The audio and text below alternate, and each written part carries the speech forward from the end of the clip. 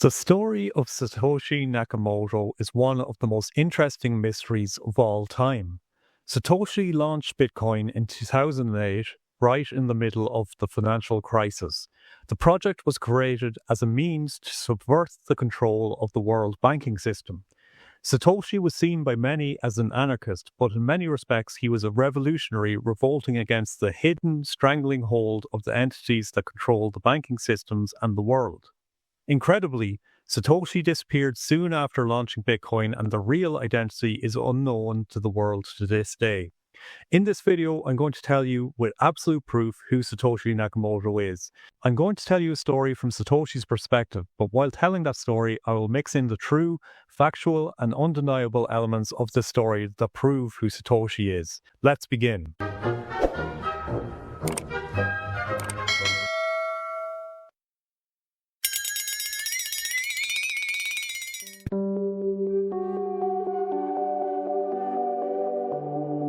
It's a freezing cold morning, but the sky is blue and sunny. That beautiful crisp morning that you often get in January in Eastern Europe. Satoshi sips on a nice warm cup of coffee. They've been planning this for a long time. They think back to their childhood. They first discovered the whole decentralized money community called cypherpunks back in 1993. They were only 14 at the time, but they were fascinated by it. Other kids were interested in other things, but Satoshi's main loves were computer games and the hidden online world. They saw the OGs of the crypto space like Hal Finney, Nick Szabo, and Adam Back discussing the goal of decentralized money systems. The OGs thought it was an impossible achievement. But Satoshi had a genius mind, and even at the age of 14, they knew this unsolvable problem was solvable. As a child and teenager, Satoshi had a love for true cryptography and mystery. He loved the concept of hiding the truth in plain sight. As Satoshi grew older, he learned a lot about the world. Like most geniuses, his talents grew in many directions, and he could be regarded as a polymath. He began to understand the economic structure of the world and realized there was a dark underhand that controlled the world. To truly free the people of the world, he needed to create a money that didn't belong to the banks and couldn't be issued by the banks. He needed to create a money for the people. He needed to create Bitcoin. Back in his room on that cold, sunny January 3rd, 2009 morning, Satoshi looked out of the mint sky in his home country of Belarus. He sipped the last of his coffee and looked at the code on the screen. He said to himself, "This is it.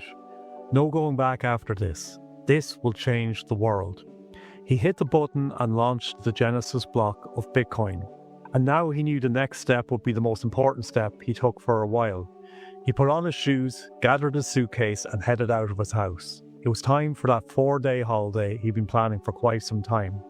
Satoshi went on a 4-day cruise of the Baltic region. It was a break he needed. He would return on the 8th of January. There was a lot more work to do. Satoshi had realized some time ago that Bitcoin wouldn't be able to achieve its ultimate goal of freeing the world entirely from centralized control in every form, but he couldn't wait any longer. If he didn't launch Bitcoin now, maybe someone else would launch something similar and time would be lost. Now was the time for the story to begin. On January 8th, he would start a story that would end 20 years later.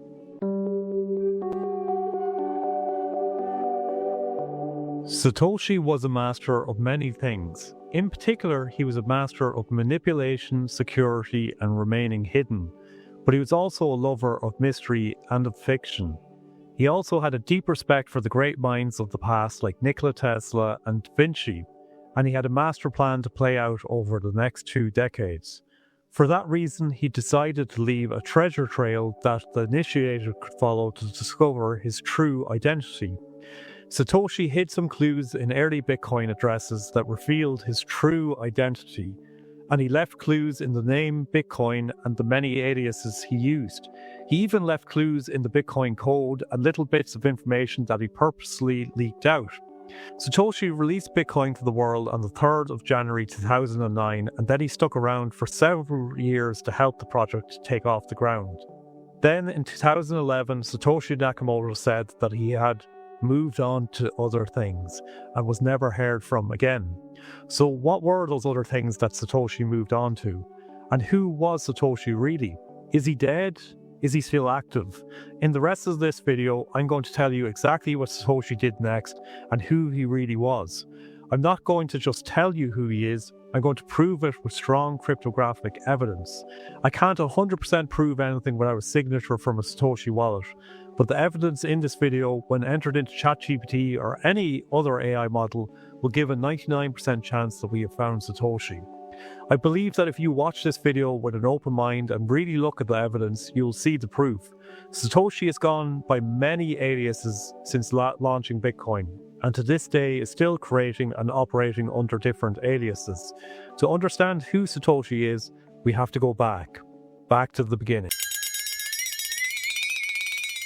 Now don't worry, this isn't one of those videos where I will trail on and on with stacks of background information and then reveal who Satoshi is right at the end. I'm going to reveal who Satoshi is in a minute, but first I want to give you some background so you can understand them better. And to understand a person, we need to understand their motivations.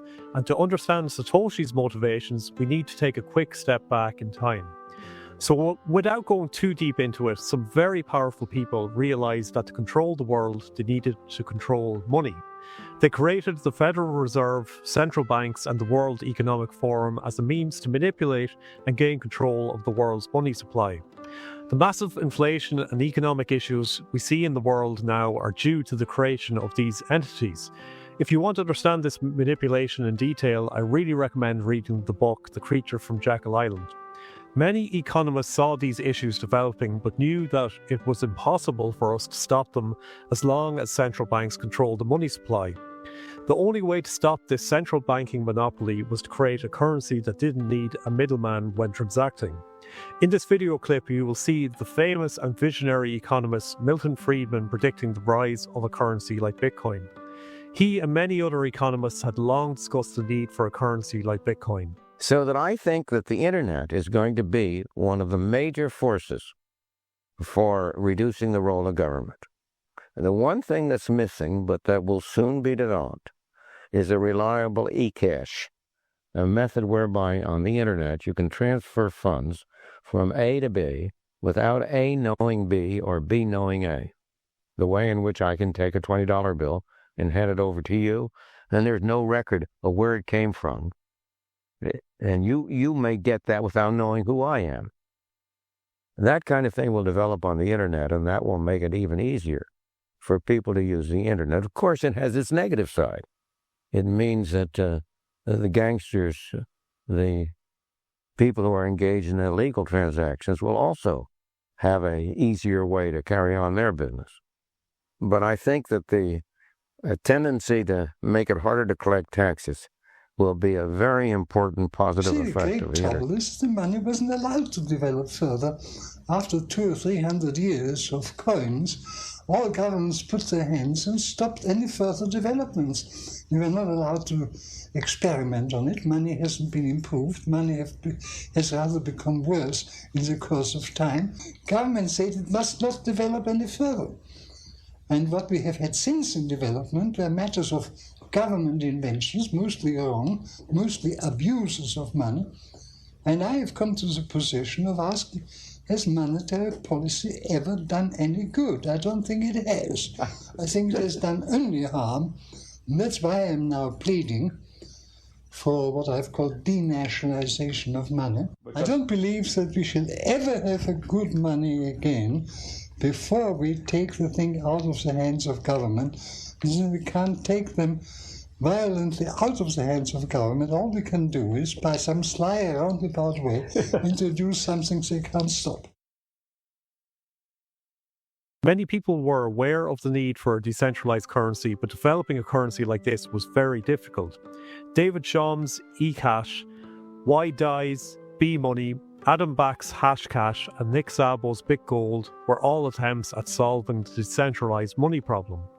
All were valiant attempts, but unfortunately were not completely decentralized, trustless forms of currency. Most of these creators formed a group that became known as the cypherpunks.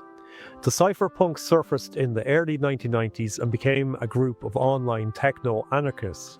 Their philosophies were based around ideas of privacy, decentralized governance, decentralized money, empowering people, disempowering dictators, and using technology to evolve beyond our human limitations. So Julian Assange would be an example of a really famous cypherpunk. Edward Snowden would be someone who would embody the principles of a cypherpunk and could be considered a latter-day cypherpunk. And then John McAfee was a famous cypherpunk as well. And here is a video from John McAfee, just a video clip.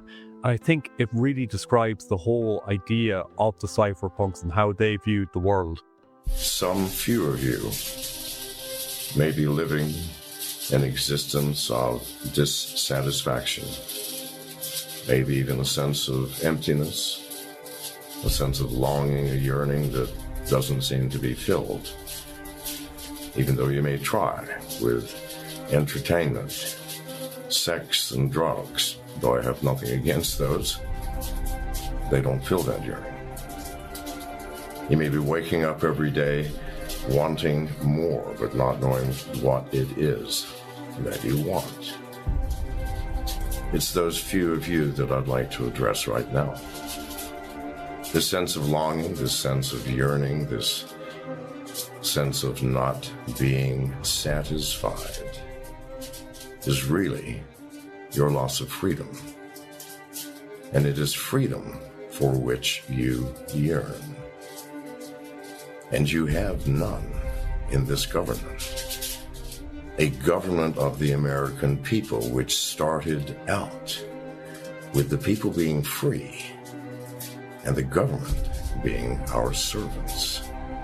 It has become the government is free and secret and veiled in darkness. And it is the people that are the servants. The cypherpunks believed that the dictatorial hand was tightening on the people of Earth, and they believed we were heading for a dystopian future. The young Satoshi joined this mailing list in the early 90s and became fascinated with the cypherpunks' ideology. He studied the early attempts at creating a decentralized trustless currency and then began working on his own implementation that solved the problems of its predecessors. Then in October 2008, Satoshi released the white paper for Bitcoin with the famous quote, "I've been working on a new electronic cash system that's fully peer-to-peer with no trusted third party." The timing of Bitcoin's release was very interesting because it coincided with the 2008 financial crash. The cypherpunks saw this financial crash as an orchestrated event by the powers that be. And when the Bitcoin Genesis block was launched on the 3rd of January 2009, Satoshi alluded to this dystopian event with a now famous line. The Times, 3rd January 2009, Chancellor on the brink of second bailout for the banks. The world didn't initially understand Bitcoin, but the cypherpunks and true economists realized how powerful of an invention this was. But unfortunately, Bitcoin was to become the exact opposite of what Satoshi had envisioned. Instead of being a decentralized currency that empowered the world, it became a mass-manipulated asset used to extract money from traders and give money to centralized powers. It bred a whole unregulated crypto market that went completely against the ideals of Satoshi and the cypherpunks. Clearly, there was a reason why Satoshi had to move on to other things. So what happened to Satoshi after they left Bitcoin? So here is the bit where things admittedly get a bit muddy and hard to explain 100%. Obviously, the creator of Bitcoin isn't really named Satoshi Nakamoto. This is a person that uses aliases for a purpose and then discards them to hide their identity. But they are also a person who leaves little treasure trails that can be followed to put their story together. So what did Satoshi do after he left Bitcoin? Well, it appears he was very active for a few years using several different names. He first created CryptoNote under the name Nicholas van Saberhagen. Then, using the name Maria, he gathered funding to launch Bitcoin. And then again, using the aliases Nicholas van Saberhagen and Thankful for Today, he developed BitMonero, which eventually became Monero. Now, I don't want to cover this in super big detail because we can't 100% prove this, but I'll present you some evidence later on that makes it seem quite likely that this is what he moved on to next. But anyway, so by 2013, Satoshi was working on another project yet again under yet another name. But before I reveal that name, I just want to recap a little bit because this has gotten complex already. So far, these are the names that we believe Satoshi was operating under up till this point. So we've got Satoshi Nakamoto, we've got Nicholas van Saberhagen, we've got Maria, and we've got Thankful for Today. And he developed the first crypto project in Bitcoin, and then we believe that he created the first privacy projects through CryptoNote, Bitcoin, and Monero. In 2013, he then moved on to create the first proof of stake project that was called NXT. And this time he used the alias BCNext. Now, as BCNext, he hired a talented developer called Come From Beyond. And then after releasing NXT, Satoshi, who had now been using the name BCNext, and I know this is complicated, it's really complicated when this person keeps using aliases, but you got to remember they're using aliases to keep secure and to hide their identity and keep their identity hidden from the world. So that's why it's confusing to follow. But anyway, after releasing NXT, Satoshi, who now had been using that name BCNext, disappeared yet again. The developer Come From Beyond left a note to tell the community that BCNext had moved on to other things and someday would return using his real name and working on his real true project. So then cut to 2017 and crypto is blowing up and has become a really big deal, and now regular people are investing in many different crypto coins. Satoshi is now working on another project, but this time they aren't using any aliases, they're now using their real name. At the same time, people are still debating who BCNext was. They knew he was the founder of NXT, but they didn't know his real name, they just knew he was a mysterious developer. Then the person that we know as Satoshi signs a wallet that is known to belong to BCNext, and by doing so reveals that they were BCNext. So here's a really, really clear recap of this again, because I know it's getting confusing. So let's recap this. Satoshi releases Bitcoin. As far as we're aware, moves on to create Bitcoin using the aliases Maria and Nicholas van Saberhagen, then creates Monero under the names Thankful for Today and Nicholas van Saberhagen. Then he goes on to create NXT under the name BCNext. As BCNext, he hires a developer called Come From Beyond, and then he starts working on a project using his real name in 2017. And then using that real name, he signs an address that shows he is BCNext. So Satoshi and BCNext are the same person. So Satoshi, Maria, Nicholas van Saberhagen, Thankful for Today, did I say BCNext? I can't even remember there. Come From Beyond. They're all the same person. And now BCNext has been revealed. Someone's revealed, signed a transaction or signed a wallet and proven that they are BCNext using their real names. Now we know who all these people are. So who was that person that signed BCNext address and proved they were BCNext? Well, do you remember that we mentioned that BCNext hired a talented developer called Come From Beyond? Well, in 2017, Come From Beyond signs BCNext wallet and shows that he is in fact BCNext. So all this time, BCNext and Come From Beyond are actually the same person. But the most important point here is that Satoshi, BCNext, and Come From Beyond are all the same person. And now, for the first time in history, they reveal their name and we know who Satoshi is. And that name is Sergey Ivan Cheglo.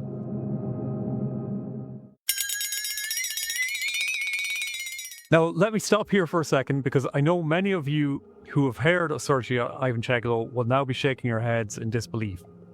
So Ivan Cheglo is not known to speak much English, and they have a very brash, argumentative personality that is completely at odds with Satoshi's. And then there's many more of you that are probably listening to this that just have never heard of Ivan Cheglo before.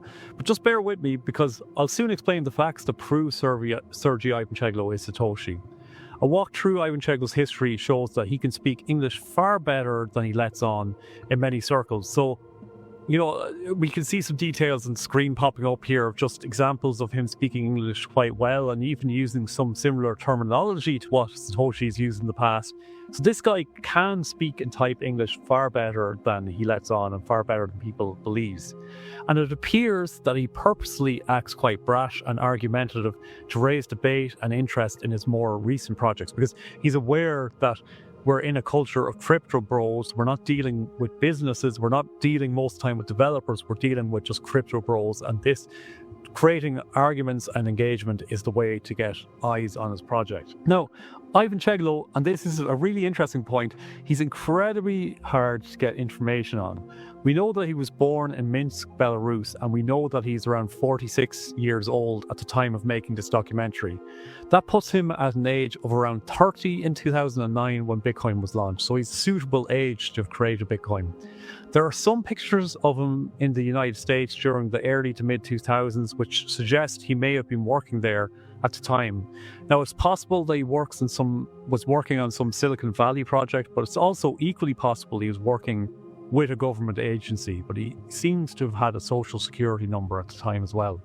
It's very hard to be sure of any information related to him because he clearly knows how to keep information about himself very secure, and he also is just a master at telling you one thing and then telling you a million different things that contradict each other, and you can't follow the truth. And he, like we said already, he just uses so many different names, and we've only shared ones that we've discovered. There's many more that we're skeptical that he's used, and many more that we're probably not even aware of that he's using. So this guy is a master of deception and a master of hiding himself. So Ivan Cheglo only appears in 2 videos that I can find online, and I think that anyone can find online. So in one he speaks in Russian, and here's a bit of a clip of that video. Добрый день.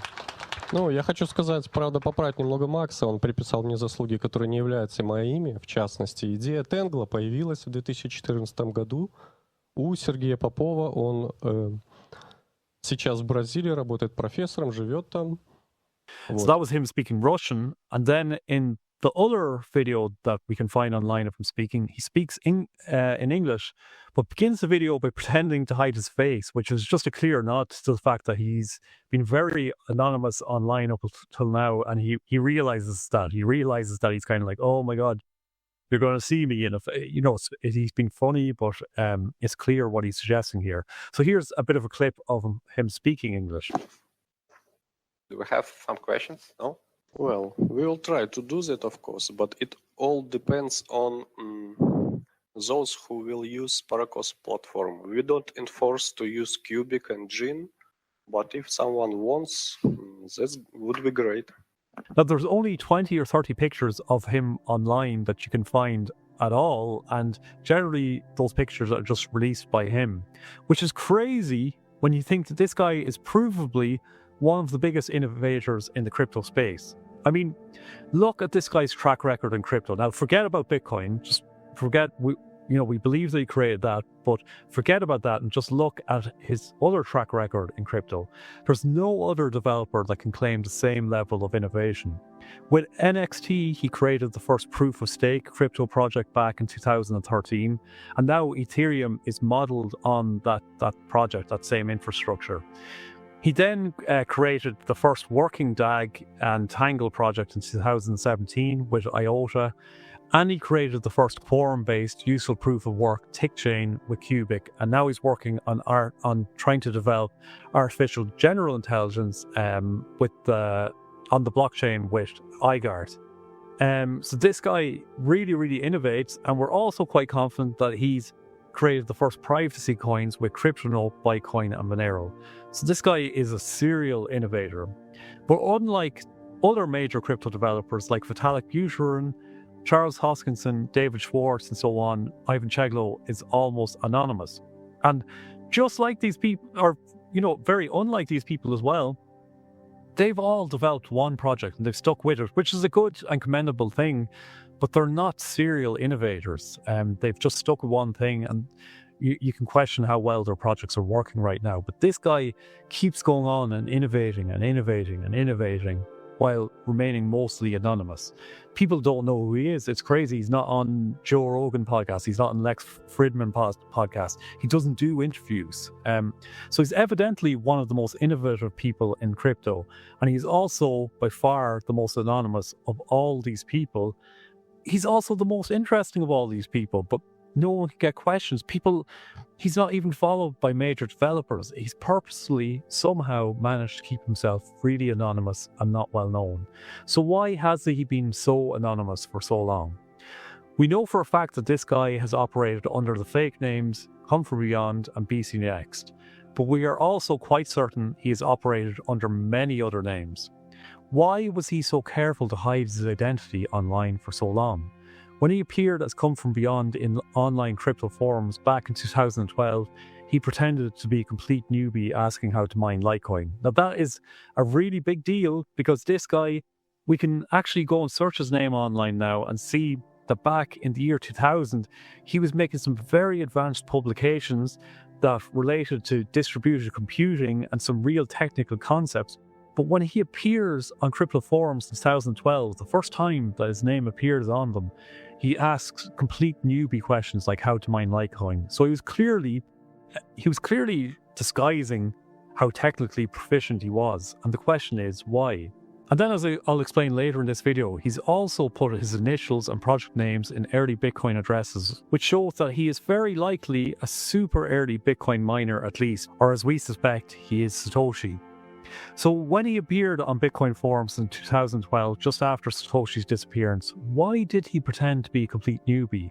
And what name was he using online back in Bitcoin's early days before 2012, before he used the name Come From Beyond? Because he was definitely very active at that time. So anyway, we are now at the point where he has launched IOTA and he is no longer using any alias. He is now using his real name, Sergey Ivancheglo. At this point, he is planning to build Qubic on top of IOTA, but in 2019, things aren't going well with IOTA. Ivancheglo is unhappy with the rest of the IOTA team and decides that he's going to leave the IOTA project. He leaves IOTA and he begins working solely on Qubic. So an interesting side note here, Ivancheglo, under the name Come From Beyond, had first mentioned the name Qubic on a Bitcoin Talk forum back in 2012. Now remember that piece of information because it becomes interesting later. It's also interesting now because remember we said that the first time he appears on Bitcoin Talk in 2012, he's got newbie questions, how do you mine Litecoin, stuff like that. And then only a couple of months later, he's talking about a project that he's going to develop called Qubic. So, you know, it's clear he's trolling people and trying to hide how proficient he is at the beginning. But anyway, back to what we were talking about. So he leaves IOTA, and then in 2022, he releases Qubic as a standalone network. But bear in mind that he'd first mentioned Qubic in 2012, which means he's now been working in Qubic for 10 years at this point. And that brings us up to today, where I believe that Qubic is to become far more widely known. So that is an overview about Sergey Ivancheglo, but what proof do we have that he is Satoshi Nakamoto? And this is where things get interesting.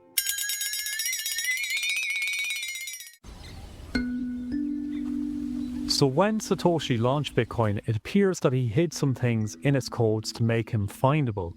He wanted to be anonymous, but he very cleverly left a treasure trail of fingerprints that when put together can prove with 99% probability that he is Satoshi. So this guy will probably never 100% reveal that he's Satoshi, but he's left that clear trail that basically proves it for anyone. So let's look at this evidence now.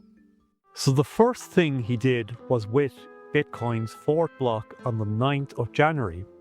This address begins with the characters 15UBIC, which almost looks like Qubic, the name of the project that he would begin developing a decade later.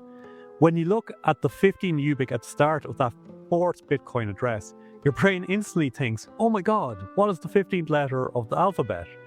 If it is Q, then the start of that address spells Qubic. But unfortunately, some of us try this, and if you go to the 15th letter of the alphabet, it is O, so that theory doesn't work out. But remember, Sergei Ivancheglo is someone that says they love hiding the truth in plain sight, much in the style of the Da Vinci Code. So let's look at that address again. Now, Satoshi Nakamoto created something called base 58 when he created Bitcoin. In base 58, the capital letter I is removed because it can be mistaken for a small l, and the letter O is removed because it can be mistaken for the number 0. So 2 capital letters are missing in the base 58 capital letter alphabet that was created by Satoshi. So what is the 15th capital letter of Satoshi's base 50 alphabet? Yep, you guessed it. The 15th letter of Satoshi's base 58 capital letter alphabet is Q. So suddenly, when we look at the start of the 4th ever Bitcoin address now, it actually begins with the name Qubic. And who does this address belong to? That's right, this is confirmed as Satoshi Nakamoto's address. So the next question is, why does one of Satoshi's first addresses have the name Qubic at the start of it? Now you might say at this point that Bitcoin addresses are randomly created and you can't pick your own addresses, but that just brings us on to our next point. So now things get really interesting. On the 12th of January 2009, 9 days after Bitcoin's release, Satoshi Nakamoto contacted Hal Finney to say that it had just occurred to them that someday in the future, people will be able to brute force Bitcoin addresses. Brute forcing basically means that people could insert their initials into the start of Bitcoin addresses. He ends the email by saying that just by chance, he has his initials in his address. And in the email shares an address that begins with the initials 1NS. So just a side note here, by the way, in this email, I believe that Satoshi is trolling Hal Finney. I don't think it is likely that he coincidentally already has a Bitcoin address that accidentally begins with his initials. It seems pretty clear to me that he's already brute forcing custom created addresses because that address begins with 1NS and that's Nakamoto Satoshi basically. But the next part is where this gets really interesting. So on the 13th of January 2009, only a few hours really after this email, but in a calendar sense, 1 day after this email, another Bitcoin address appears. This is the 264th Bitcoin block. This address begins with the initials 1 and then CFB. Now what a huge coincidence, because those initials are the initials of Come From Beyond. This might not strike you as incredibly interesting on the first look, but bear in mind that Ivancheglo has been using the initials Come From Beyond online since the year 2000, and he later becomes a prominent and prolific crypto developer. And here in one of the earliest Bitcoin addresses are his initials right at the start. And these initials appear 1 day after Satoshi discussed brute forcing addresses. We also know that this address is 99.99999% almost guaranteed this is a brute force custom created address because it contains no digits after the 1 at the start. We can use ChatGPT to search the odds of an address like this randomly appearing, and it will say that the odds of this one CFB address randomly appearing are 1 in 47 million. So it's incredibly likely that someone manually created this address by using brute forcing. And whoever created this address wanted to make it clear that it was manually created. They're making it clear that it's manually created by purposely not putting any digits in the address after the 1 at the start. That makes it really clear that they manually created it. So someone was trying to send a message. So who owns this address then? Well, we can search this address on Arkham and we can see that just like the 15 Qubic address, this one also belongs to Satoshi Nakamoto. So then the question arises, why would Satoshi Nakamoto manually create an address and then put the initials CFB at the start of one of their first addresses? I mean, it's so obvious. It's because Satoshi and CFB are the same person, and CFB was leaving a message out there to say, yes, this is a manually created address. Yes, it belongs to Satoshi Nakamoto, but it's got my initials at the start. I am Satoshi Nakamoto. Look, don't worry if you're not convinced yet. Things get more interesting. So at this point, this is where things could start sounding a little bit crazy. but you need to take this information in the context of the rest of the evidence we have already presented. Ivan Cheglo, as I said already, has clearly stated their love of hiding the truth in plain sight in the style of the Da Vinci Code books, and there is some incredible evidence that's plain to see. So one of the most obvious and in-your-face pieces of evidence relates to the name Come From Beyond. Ivan Cheglo, as we said, has used this name online since the year 2000. Notice that he always writes it with a capital C, a small f, and a capital B. That isn't done by accident. It is an example of hiding the truth in plain sight. When you rotate and flip the characters, they turn into the Bitcoin ticker, spelling BTC, which is incredible. So CFB equals BTC.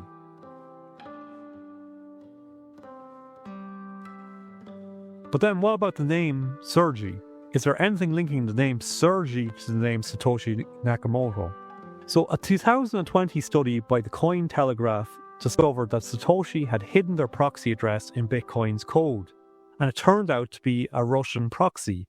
Now remember, Sergey Ivan Cheglo comes from Belarus, right beside Russia. On further study, the investigators discovered that the Russian proxy was used by someone with the first name Sergey, and they were using this Russian proxy while on holidays in Vietnam. This person named Sergey wrote some reviews of their trip at this time. The article initially pointed the finger at the Chainlink creator Sergey Nazarov, but now when we combine this discovery with our other evidence, it seems far more likely that CFB is the Sergey in question. So upon discovering this information, some people, much cleverer than me, dug a bit deeper to see if they could find any more links between Satoshi and this proxy. After some thorough research, they discovered that this person called Sergey took a holiday from the 4th of January to the 8th of January 2009 using a travel agency called Travel. They left from St. Petersburg and travelled on a cruise of the Baltic regions. Now think about those cruise dates. This person called Sergey, who was using the same proxy as Satoshi, went on a cruise from the 4th of January to the 8th of January 2009. Now, Satoshi famously created the Bitcoin Genesis block on the 3rd of January and then disappeared until the 9th of January. And it was only on the 9th of January that they came back and started mining Bitcoin. Nobody knows what they did for those dates between the 3rd of January and the 9th of January. But this proxy and the travel that we can see the Sergey person did suggests that Satoshi, after creating the Genesis block, then went on a 4-day holiday of the Baltic regions and returned from that holiday on the 8th of January. And then they began mining Bitcoin on the 9th of January and created the Bitcoin address beginning with the 15 Qubic on this date. That means that Satoshi/Sergey took a 4-day holiday after creating the Bitcoin Genesis block. It also appears that Satoshi purposely left this clue in the Bitcoin code for people to track down and for people to be able to put the pieces together. It's clear that Sergey/Satoshi loves leaving grand narrative stories for people to discover. But that isn't the only link they left in plain sight. They ended up leaving much more for us to discover.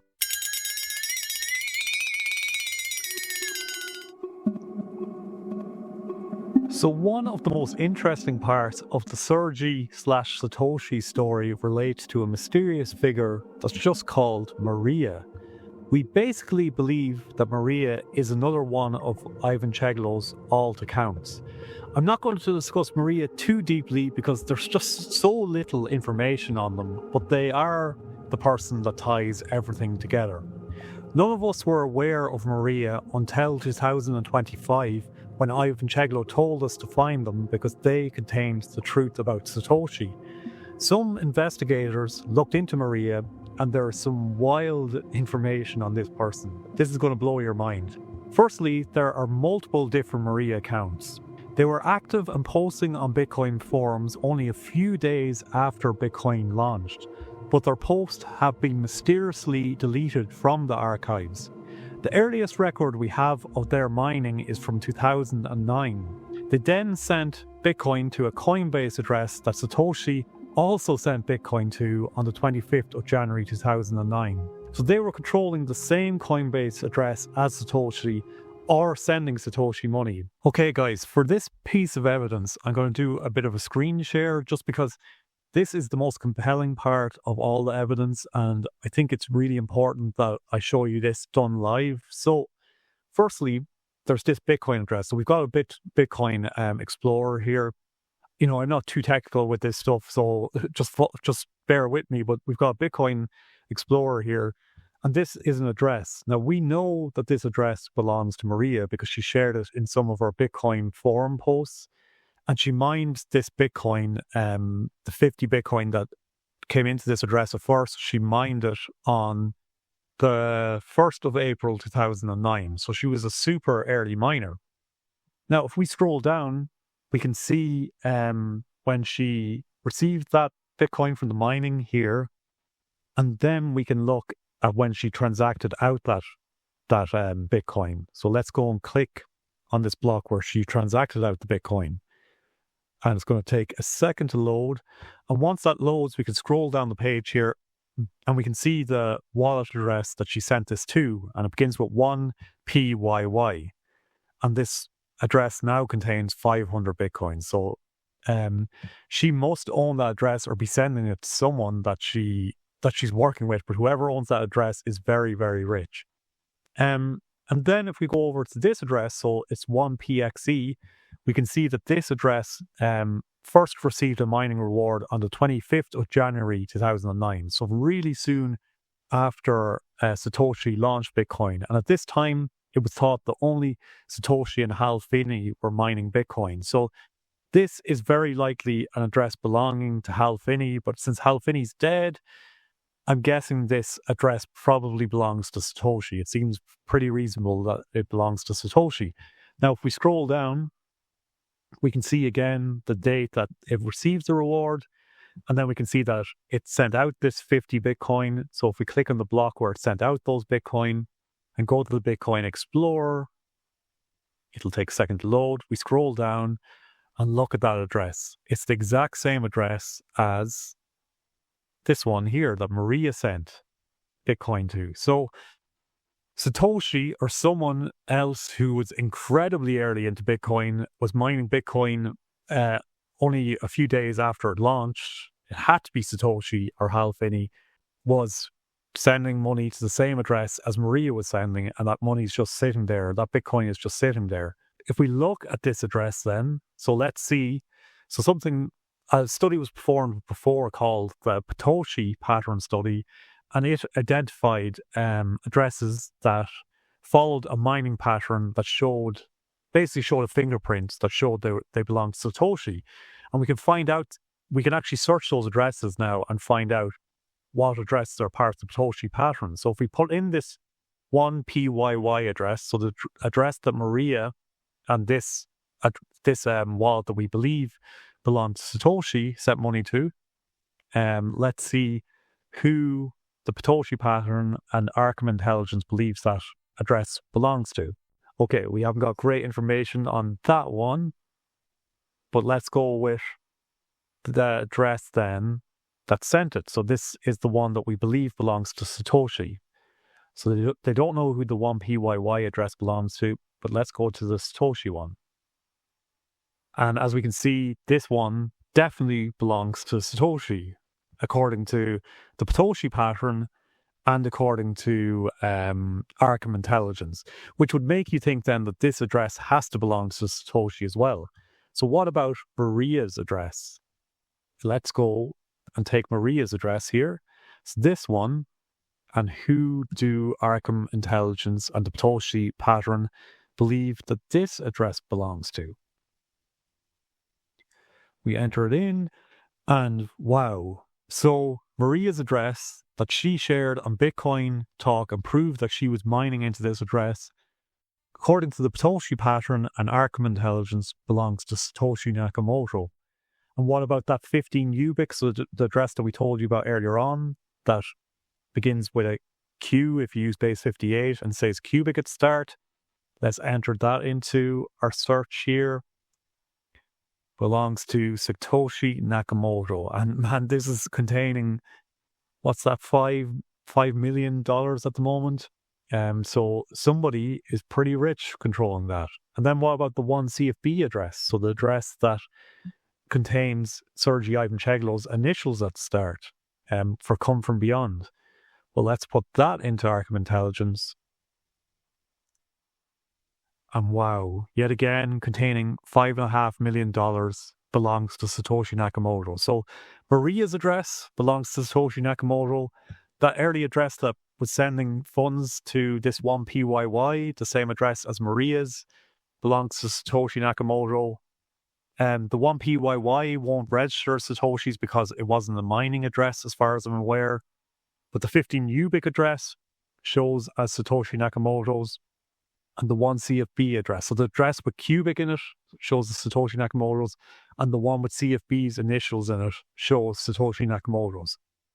Mind-blowing. So Maria, Satoshi Nakamoto, Qubic, CFB, all the same person, Satoshi Nakamoto. So let's get back to talking about Maria, who we believe is Satoshi now anyway, but let's get back to talking about Maria and what she did after Bitcoin. So we can see proof that she went and raised funding for Bitcoin and helped launch it. So this trail then connects Maria to Satoshi, as we've already seen, and then it connects her to the creation of Bitcoin, and then to the creation of CryptoNote creator Nicholas van Saberhagen, because Bitcoin and CryptoNote are linked together, and then onto the Monero developer Thankful for Today, because they were hired by Nicholas van Saberhagen and they were also forking Bitcoin. Then years later, in 2025 I think it was, Sergei Ivancheglo admits that he worked on Bitcoin and was hired by Maria. Then look at the name of the Monero developer, Thankful for Today, and compare to Ivancheglo's alt name, Come From Beyond. Both contain 3 words. Both have underscores separating the words. Thankful for Today is present tense, Come From Beyond is future tense. It is like one name was designed to show what Satoshi was working on in the present, and the other showed what he would work on in the future. Although we can't 100% prove it, I think anyone following the evidence here, it's just quite clear. Satoshi is Maria. Maria is van Saberhagen. Van Saberhagen is Thankful for Today. Thankful for Today is BC Next, and BC Next can mean Bitcoin Next, but also BCN was the ticker for Bitcoin, so it's like Bitcoin Next as well, which is wild. BC Next is Come From Beyond. Come From Beyond is Sergei Ivancheglo. These are all the same person, and we have the cryptographic evidence to prove it. Sergei Ivancheglo is Satoshi Nakamoto.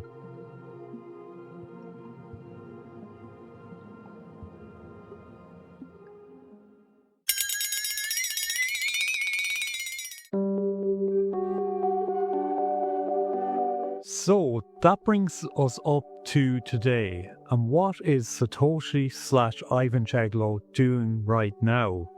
It is generally believed that Satoshi Nakamoto owns around 1 million Bitcoin.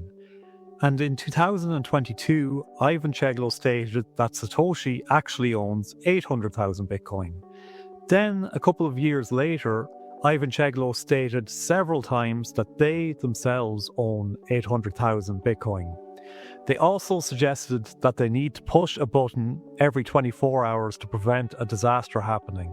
Remember that information because it becomes very interesting soon. Last year, in 2024, Ivancheglo began suggesting that they will sell 400,000 Bitcoin in 2025. And now, when we fast forward to 2025, it appears that Sergei/Satoshi has begun selling this Bitcoin. On the 4th of July 2025, crypto news blew up because an ancient Bitcoin whale awoke from nowhere and sold 80,000 Bitcoin. It was the biggest sale of Bitcoin in history, and it was worth around $9 billion.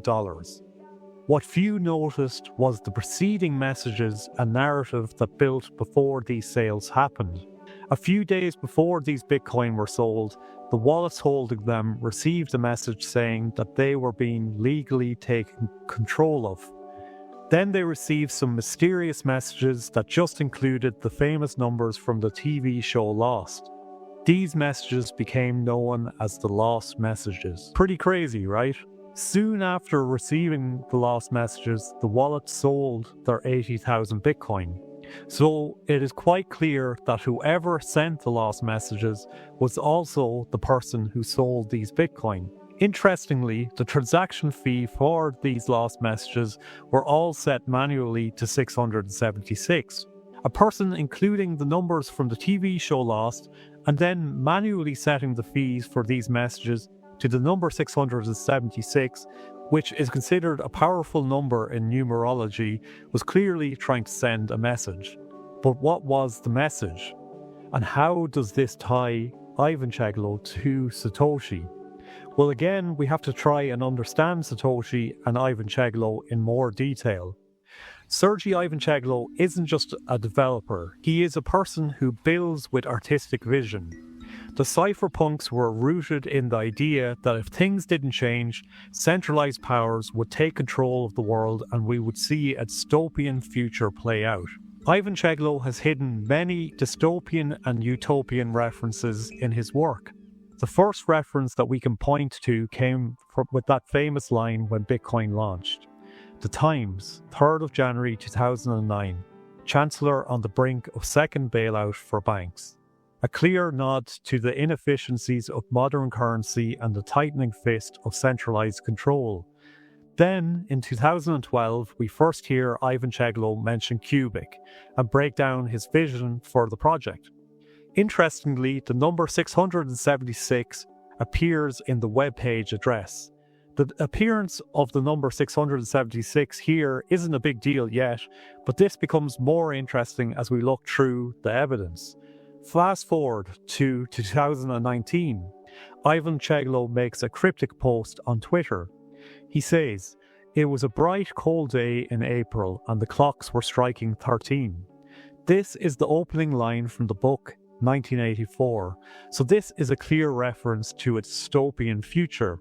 Then, exactly 3 years later, in April 2022, Ivan Cheglo launches the Qubic mainnet.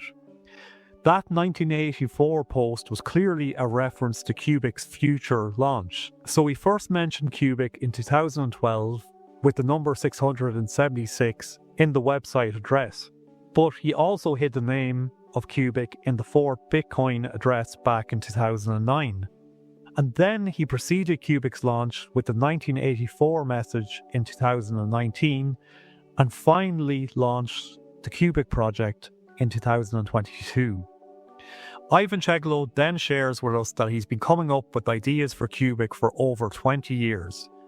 When Qubic launched in 2022, one of the most noticeable unique aspects of its architecture is that it consists of 676 quorum members. For any consensus to be achieved on the Qubic network, 451 of these quorum members must be in agreement.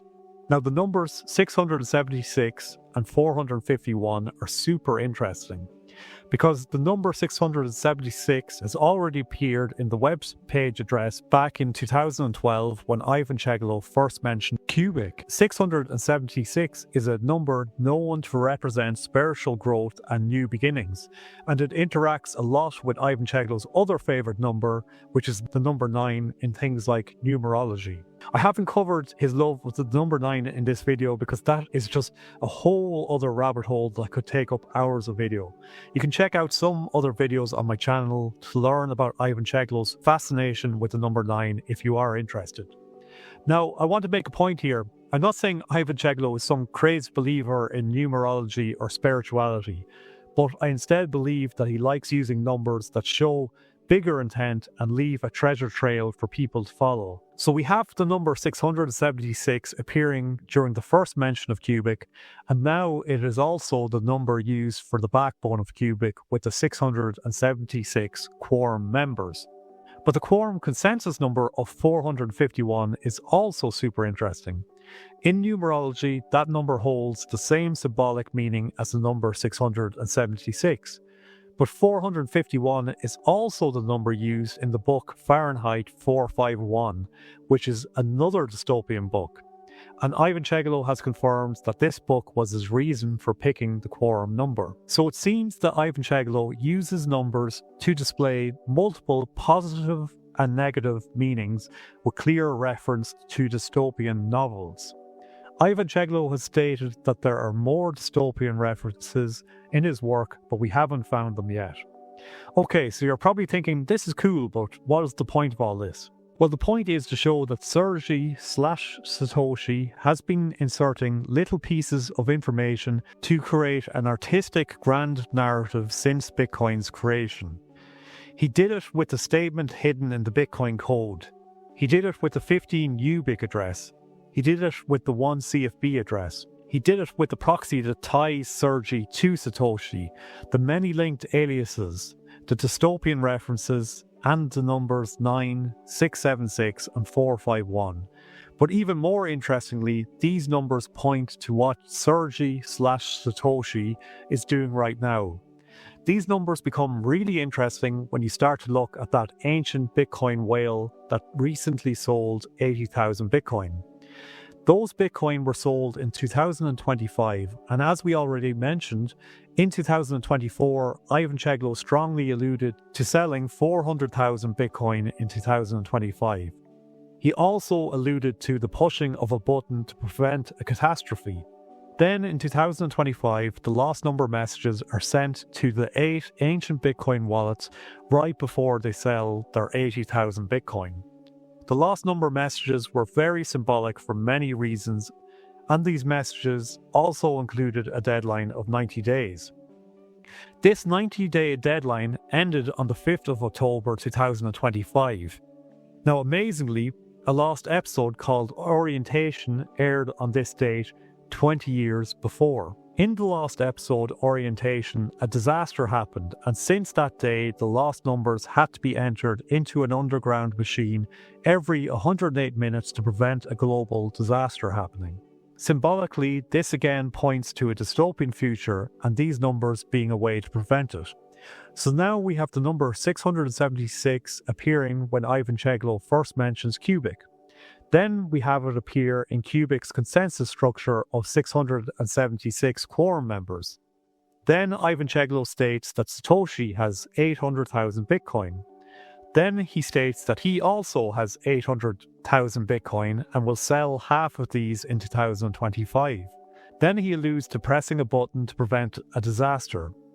Then the Bitcoin ancient whale awakes and sells 80,000 Bitcoin. These whales' wallets receive messages with the lost numbers in them, and the transaction fee for each of these messages is set to 676. So the really important point here is that when these lost numbers messages were sent, somebody went through the trouble of manually setting the fee to 676. Do you see the connection? So this is another thing that I want to do a little screen share on, just show you the 676 and these 80k Bitcoin whales moving the fees and the lost numbers. Just it's really more interesting if I do a little screen share. I'm going to leave the links to all this down in the description so you can explore these yourself. But basically we've got I've opened up three different transactions where the lost numbers were sent. So we can see this first one, the fee set to 676, manually set to 676, because you can manually set the fee. And then we can see that the date was the 4th of July, so Independence Day.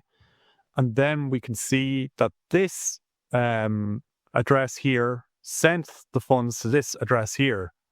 And if we open up that address, so let's go and open up that one. Oh, wait, no. Actually, let me go back here because I left out an important point. We can see down here in the OP return, there's the lost numbers. So it sent the lost numbers to these addresses.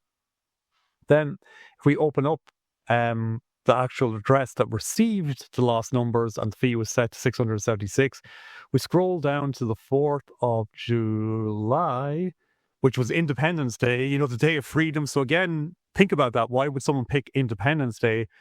It's got to do with dystopian futures. The lost numbers were dystopian future related. It's all got to do with building a grand narrative. But on the 4th of July, we can see that this wallet sent 10,000 Bitcoin out. That went to the Solomon brothers, and then over the next month, they sold it completely. Then if we go to the next transaction, we can see again the fee was set manually to 676, which, as we said, is the quorum number of Qubic. Appeared the first time Qubic mentioned, first time CFB mentioned Qubic. But so we've got 676 fee. We scroll down, we can see the lost numbers are here. This is we can see that the date was the 4th of July again, around the same time. And this is the address that it was sent to, that the lost numbers were sent to. We go to that address, we scroll down to the 4th of July. So we've got the 4th of July here. And as again, we can see 10,000 Bitcoin was sent out from that wallet. And then that must be a Solomon Brothers address. Or sorry, I'm saying Solomon Brothers. Galaxy Digital made sales. Must be a Galaxy Digital address, and then they went and sold the funds from there. And then if we go to the last wallet, again, we can see the fees are set to 676. We can see the date is the 4th of July. We scroll down. There are the lost numbers sent. And then we can see that it was sent from this address to this address. We open up that address. And we scroll down to see what happened on the 4th of July, Independence Day. 4th of July, 10,000 Bitcoin sent out to what must be that Galaxy Digital address. And, then it just, for more stuff, when we talked about the number 9, if you actually add these lost numbers together, they all add up to the number 108. And what's the digital root of 108? Well, 1 plus 0 plus 8 equals 9. And as we said, CFB is obsessed with the number 9. It's a bigger picture here. And then if you talk about that episode, so 90 days after the messages were sent, equal the 5th of October, 20 years ago on the 5th of October, there was an episode Orientation released on the episode Loss.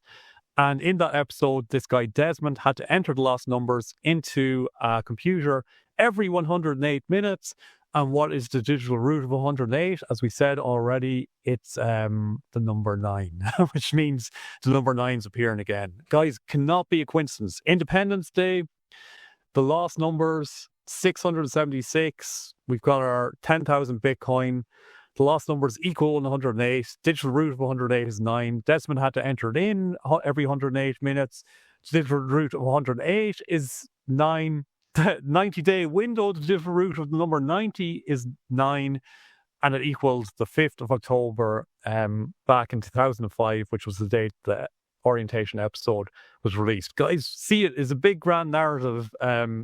This was all planned. When those Bitcoin were sold, Ivan Cheglo posted a message that said, "This is just the beginning." And since then, more ancient wallets have awoken, and these have started selling their Bitcoin too. And guess what? Parts of these transactions have been manually set to 676 too. Someone is clearly leaving an intentional message here. Even more interestingly, after sending these lost number messages and selling these 80,000 Bitcoin, the same person then sent more legal notice messages to 114,000 ancient Bitcoin wallets, saying that if they aren't claimed by the 5th of October 2025, they will be taken ownership of. The targeted wallets all include Satoshi's wallets. Satoshi never came forward to claim these wallets, and the 5th of October has now passed. So now someone else has claimed ownership of these wallets. We believe that that person who claimed ownership of these wallets is Ivan Cheglo. We believe that Ivan Cheglo is Satoshi. We believe that this is a very clever way for them to start selling the Bitcoin in these wallets without revealing that Satoshi is selling. There is a grand narrative, an artistic vision playing out here. Satoshi Nakamoto is Sergei Ivan Cheglo. He left a treasure trail of indicators that prove his identity. This began with the 15 Qubic wallet that, using base 58, spells Qubic.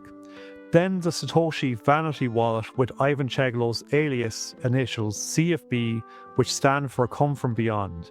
Then his initials CFB can be manipulated into the Bitcoin ticker BTC. Then he left a link to his proxy address in the Bitcoin code. He purposely left this proxy so we could see that Satoshi's name was Sergey. And he left reviews from his Sergey account that show after Satoshi released Bitcoin on the 3rd of January 2009, he went on a 4-day holiday. Then, after returning from holiday on the 8th of January, he began mining Bitcoin again on the 9th of January. It was on that date he created the 15 Qubic address as the 4th Bitcoin block. 4 days later, he created the 1 CFB address. Both are provably Satoshi's wallets, but both clearly belong to Ivan Cheglo too. He used the number 9 and probably many more undiscovered indicators that link all his projects. He used many different aliases to hide his true identity. Some we can prove, like BC Next and Come From Beyond. Some we can't be certain of, like Thankful for Today, Nicholas van Saberhagen and Maria. But we know these aliases are all linked. When he released Bitcoin, he knew it was one step on the path to true decentralized money and power. He mined a massive amount of Bitcoin and became very rich over time. He started several other projects to test the capabilities of crypto technology, but he knew these projects were flawed and weren't the ultimate solution. He believed that we are in a battle against centralized entities like the World Economic Forum, central banks, and the Federal Reserve. He has indicated that these entities will bring around a dystopian future. He knew the way to prevent this dystopian future was through decentralized money, decentralized smart contracts, decentralized energy, and decentralized intelligence. He knew from day one that the ultimate solution against this dystopian future would be an artificial general intelligence created through his project called Qubic. He first mentioned Qubic in 2012 and left the first signature of 676.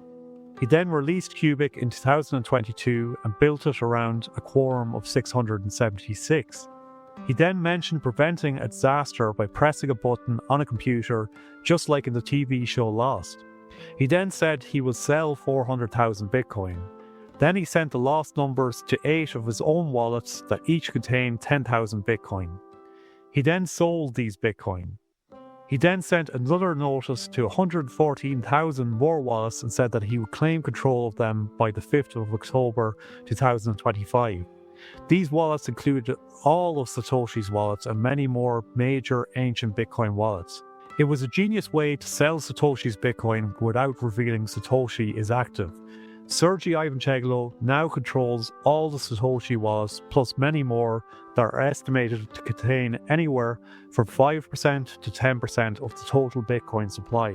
The 15 Qubic address, the 1 CFB address, the wallets that belong to Satoshi and Ivancheglo, the proven secret identities like BC Next, the Sergei proxy, the lost number, the 676 ancient whale fees. When we enter this information into any artificial intelligence bot like Grok or ChatGPT, they all agree that the evidence is compelling. They all agree that it is almost impossible it is a coincidence. They all agree that Sergei Ivancheglo, 99%, is Satoshi Nakamoto.